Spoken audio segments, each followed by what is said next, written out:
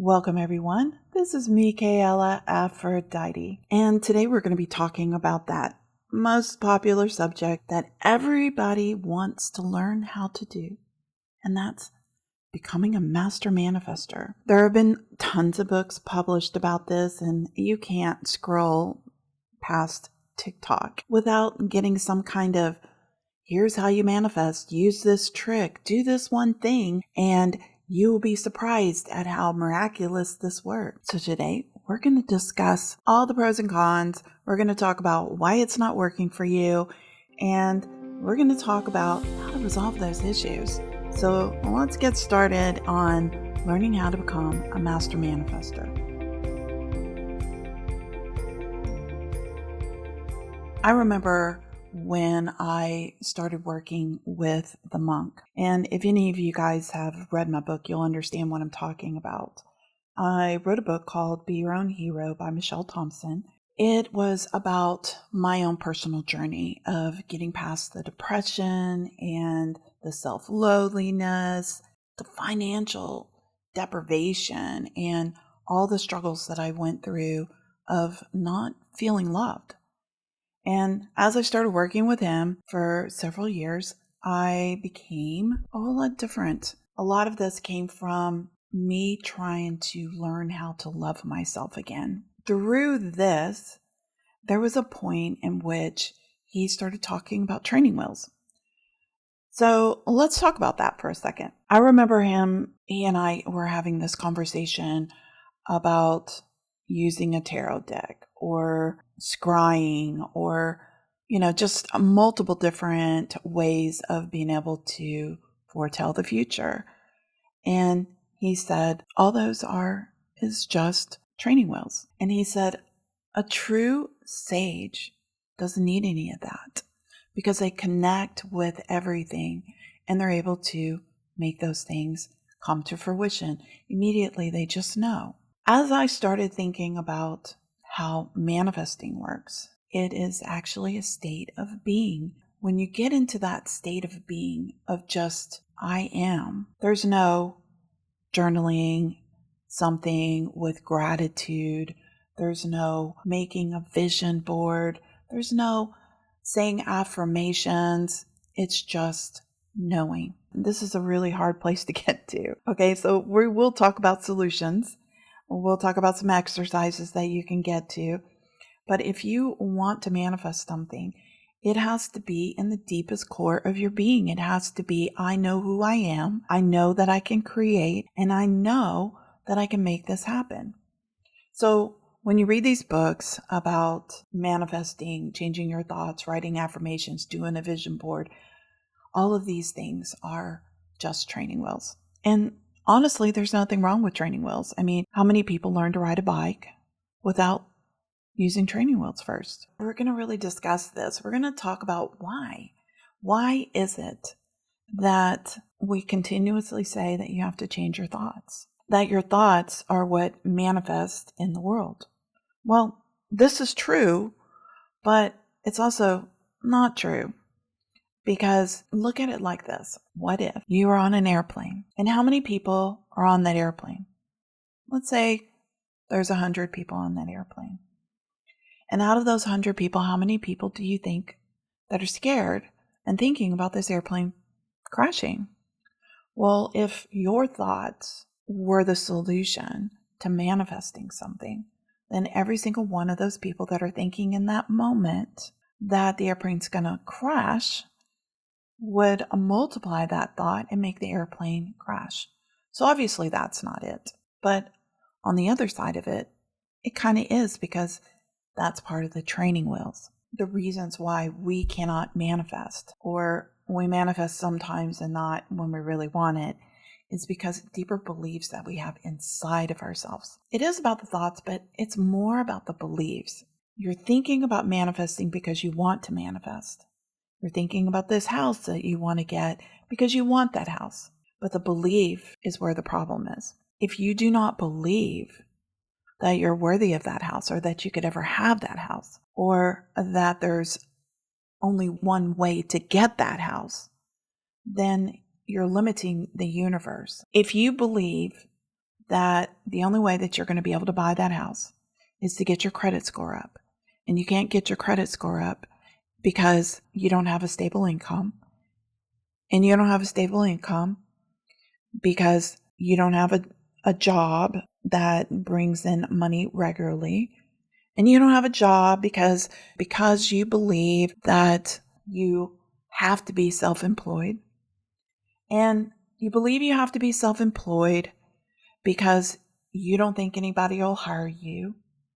And you don't think somebody's going to hire you because you don't think you're good enough. And you don't think you're good enough because somebody told you when you were a child that you would never be successful. So all of this comes down to the core belief. What is it that you actually believe? And if you keep on asking yourself these questions, just so you can kind of get down to that core belief. Why do I believe that? Why do I feel that? Why am I going this direction? Why is that here in my life? And then you find that answer, and then you peel it back and you just keep on going, right? Until you get to the core, and the core is usually something in childhood, or something somebody told you, or something you were raised into or programmed into. Perhaps you were in a religious organization and they said that money was the root of all evil, and it's easier to find a needle in a haystack than for a rich man to get into heaven. These quotes that you hear in the Bible that you're told by the pastor to diminish you and make you feel weak and make you believe that you're a sinner and you're a bad person, and all these things just keep on programmed into your head over and over and over again until you actually believe it. And then somehow or another, when you decide that that's not the belief that you want, you tuck it down. You don't get rid of it. You just kind of tuck it, overlap it with new belief systems. But yet, somewhere deep inside, those still little things keep on coming up. So how do you get rid of that? Once you know what it is, it's like, okay, so I don't think I'm smart enough. This is the core belief. Or I don't think I am worthy or know how to manage money, or whatever it is that your core belief is. If that's the problem, how do you fix it?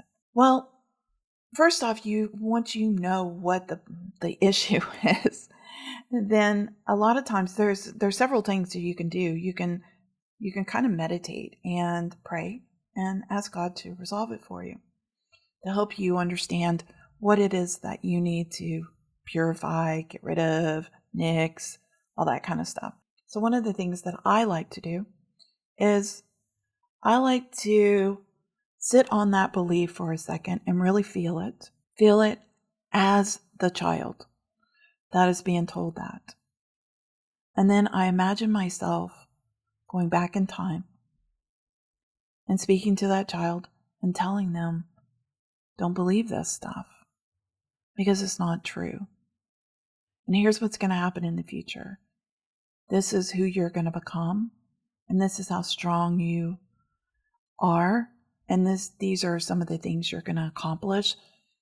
And so a lot of times when you go all the way back to that memory of what the problem is that's keeping you from it, you can talk to that inner child back in time, resolve that issue, and when you come out of it, suddenly that peace that once was is gone. You can also go back in time and rewrite it.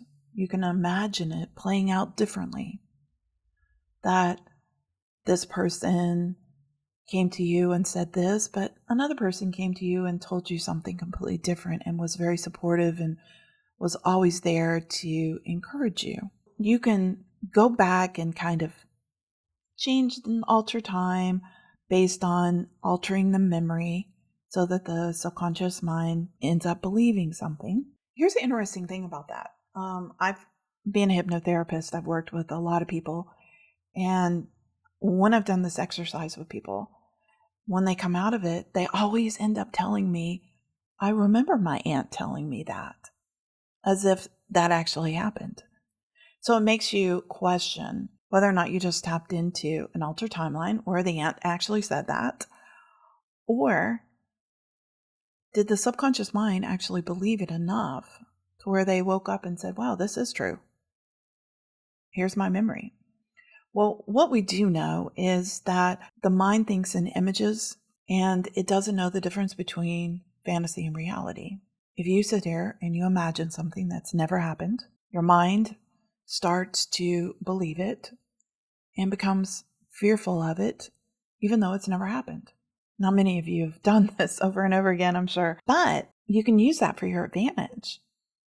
You can actually sit there and imagine something that's not true and let it play out over and over again, and the mind will believe it.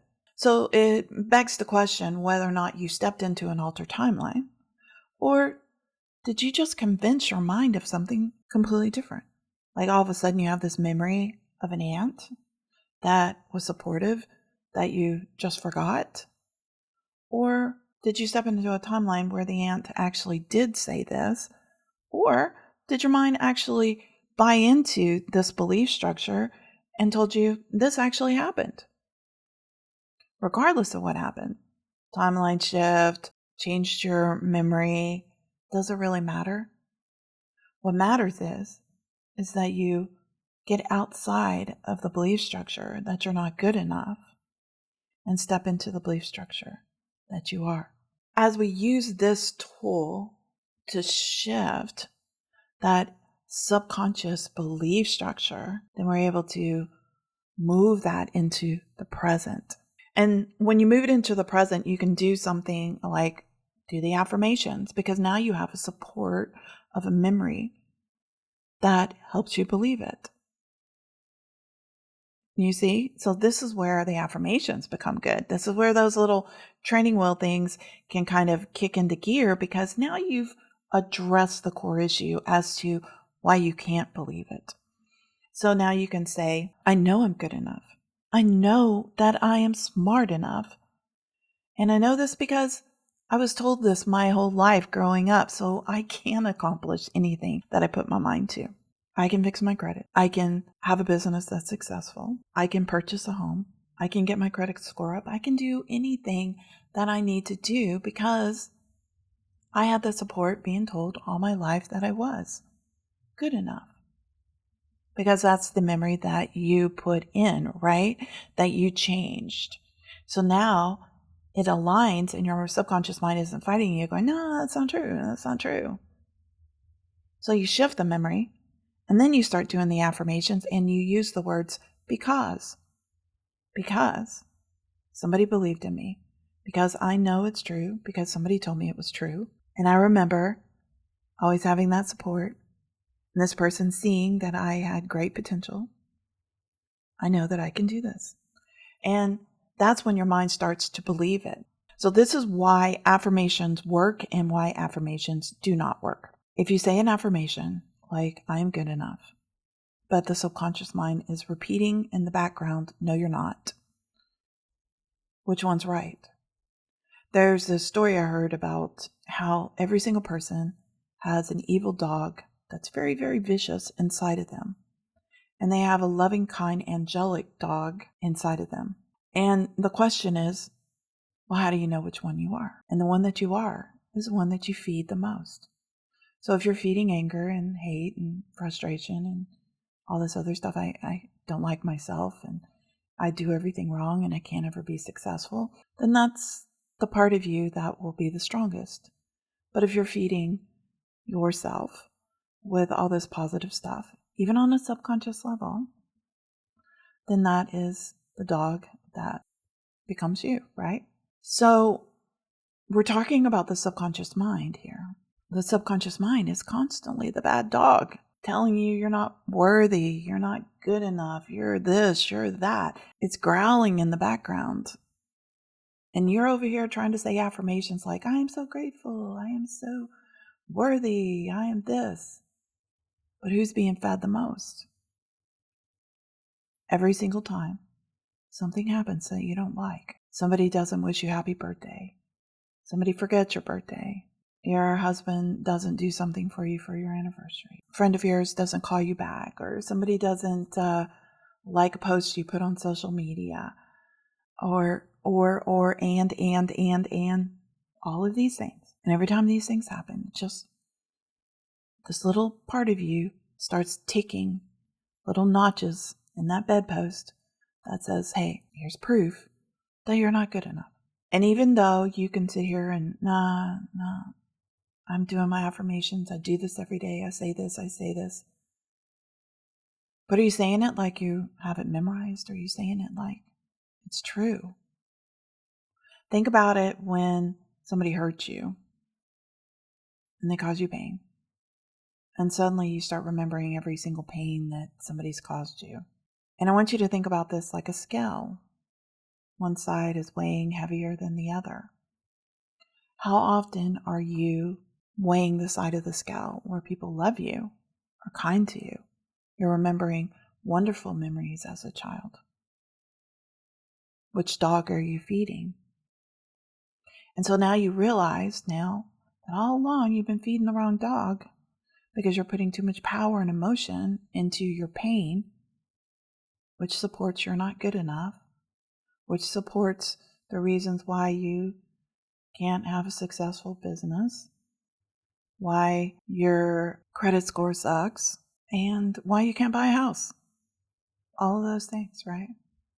So now you're sitting here saying affirmations, I'm going to get that house, I'm going to get this house, but the scales are heavier in that I'm not good enough to have anything worthy. You see what I'm saying? The way that you resolve this is by getting to the core issue. To get to the core issue and resolve it. Figure out what you have to do to change that memory or that thought or that belief or whatever, even if it's you going back in time and addressing the child and talking to her yourself and saying, hey, none of this is true. Or create a memory, a new memory. And if that's too hard to do, you see somebody like me, you go to a hypnotherapist and you tell them, I need to do some inner child work and here's what I want to do. So when it comes to manifesting, so let's move along here. To manifest, you have to be in alignment with the universe of love, unconditional love. Now, that's all that the divine is, God, the universe, the I am present. It's unconditional love, which means that it's always going to say yes. Always. So if you say, universe, I need this, universe is going to say, okay, here it is. Yes, you can have that. But if you believe that you're not enough for it, the universe is going to say yes too. Okay, you're not enough, so you don't get it. The universe always says yes. So the problem comes back to belief. No matter how bad you want to believe, if you're not able to produce what you want in your life, it's because you don't believe. And if you don't believe, it's because of some inner subconscious belief structure inside of you that's reflecting what's showing up in your life. Because abundance should just flow to you. Money should just flow to you because it's your right. How do we manifest? Am I saying stop doing the vision boards? No, I'm not saying stop doing the vision boards. Those are good reminders to kind of say, yeah, I'm going to get that. Just a constant reminder. You can do that. Yeah, you can write in your journal. I personally like the journal thing. I always teach my clients to start there because we're really trying to address the subconscious mind. But typically what we do is we address the core issue first. And then we start working on talking against that core issue. So because, and that's a good word that you want to use, remember that. Because you do the same thing. I'm not worthy because I don't have very many friends. I'm not worthy because I keep on getting fired from my job. I'm not worried because I don't have a love in my life. So that's why you don't have those things, because that's what you say. So what we do is we change it. We use the same technique that you've been using all along. I am worthy because I have a child in my life that absolutely loves, adores, and admires me. I am worthy because I have a community of people that is always helping me and loving me. If you sit down and you think about what you actually have in your life, you can say, oh, I don't have any friends, but you're really close to your sister and your mom. So you start there. I am worthy because I have a mom that loves me unconditionally, a sister that would jump up and do anything for me. I am worthy because. Okay, so you do the same technique that you've been doing to keep yourself from manifesting, but you do it the opposite way. I am worthy because I've always been successful in everything I've achieved. So let's say hypothetically that you believe that you can make money come in and out of your life all the time, but you can't seem to be able to find love in your life. How we do that is we say to ourselves, I am worthy because I have made myself extremely amazing person. I have made myself very successful. I've made myself very stable. I've been able to create anything in my life. And I have so many wonderful qualities about me that makes me worthy of love. People want people who are successful, financially stable, blah, blah, blah. You just sit here and name off all the things that you are.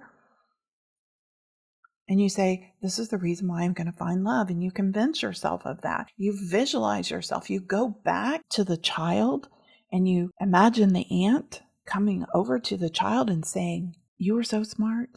You are so amazing. You're so intelligent. You are so this, that, and the other. And one day you're going to find somebody that is going to love you for all the wonderful things you are. And if you have lots of love and support in your family, but yet you can't seem to make any money or manifest a house or manifest your credit, you go back to the core and you just do the opposite. It's really quite simple. Okay. We figure out what it is. And then we come into the future and we say, because. You find all the reasons why you are worthy.